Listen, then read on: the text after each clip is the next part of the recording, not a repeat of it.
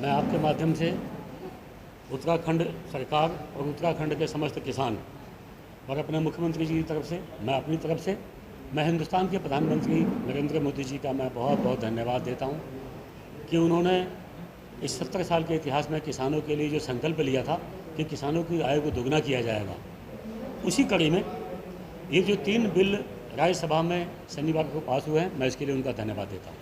आपने देखा होगा कि हमेशा किसान आत्महत्या करता था, उसके पीछे वजह थी कि किसान कर्जे पे लेकर फसल को बोता था, लेकिन सूखा पड़ने से उसकी लागत वसूल नहीं हो पाती थी, बरसात भी आने से लागत वसूल नहीं हो पाती थी, और कई बार फसल ज़्यादा होने से भी उसको सही कीमत ना मिल पाने की वजह से वो अपने कर्जे को चुका नहीं पाता था और वो कर्जा बढ़ता जाता था, जिसकी वजह से किसान आत्महत्या करता था।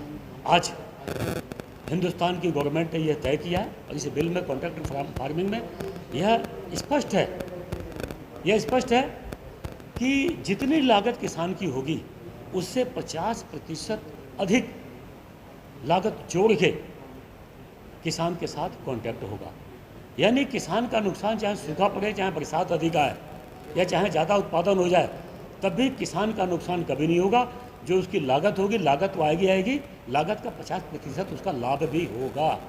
किसान का किसी कीमत पे उसका कर्जा नहीं बढ़ेगा और उसको लाभ होना ही होना है। एक बात, छोटे किसानों का ज़मीन बड़े प्रभावशाली लोग ठेके पे ले लेते थे और 10 साल बाद, 15 साल बाद वह ज़मीन को छोड़ते नहीं थे, कब्जा कर लेते थे कि तो इतने साल से हमारे पास कब्जा है। कॉन्ट्रैक्ट फार्मिंग में ये तय है कि जो भी एग्रीमेंट होगा वो फसल का एग्रीमेंट होगा, उसमें ज़मीन का कहीं कोई जिक्र नहीं होगा। हमारे बोक्सा जनजाति, थारू जनजाति, इनकी ज़मीनों पर बहुत बड़ी मात्रा में पहले कब्जे हुए हैं। इन सब से कहीं ना कहीं निजात मिलेगी और किसी छोटे ज़मीन पे, छोटे काश्तकार की ज़मीन पे कोई माफिया कब्जा नहीं कर पाएगा।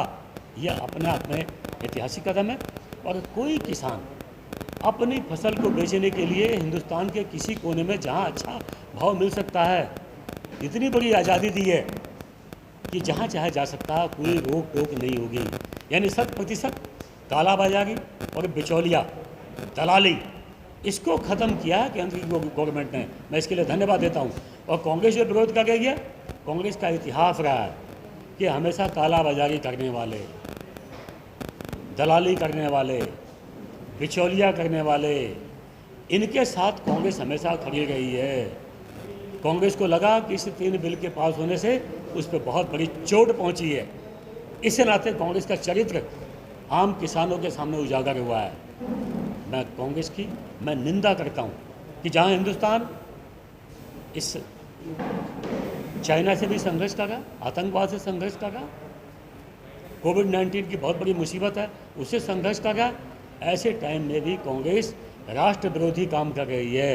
मैं उनकी निंदा करता हूं और ये 3 बिल जो राज्यसभा में पेश हुए हैं, ये किसानों के हित में, मैं इसके लिए केंद्र गवर्नमेंट का बहुत बहुत धन्यवाद देता हूँ।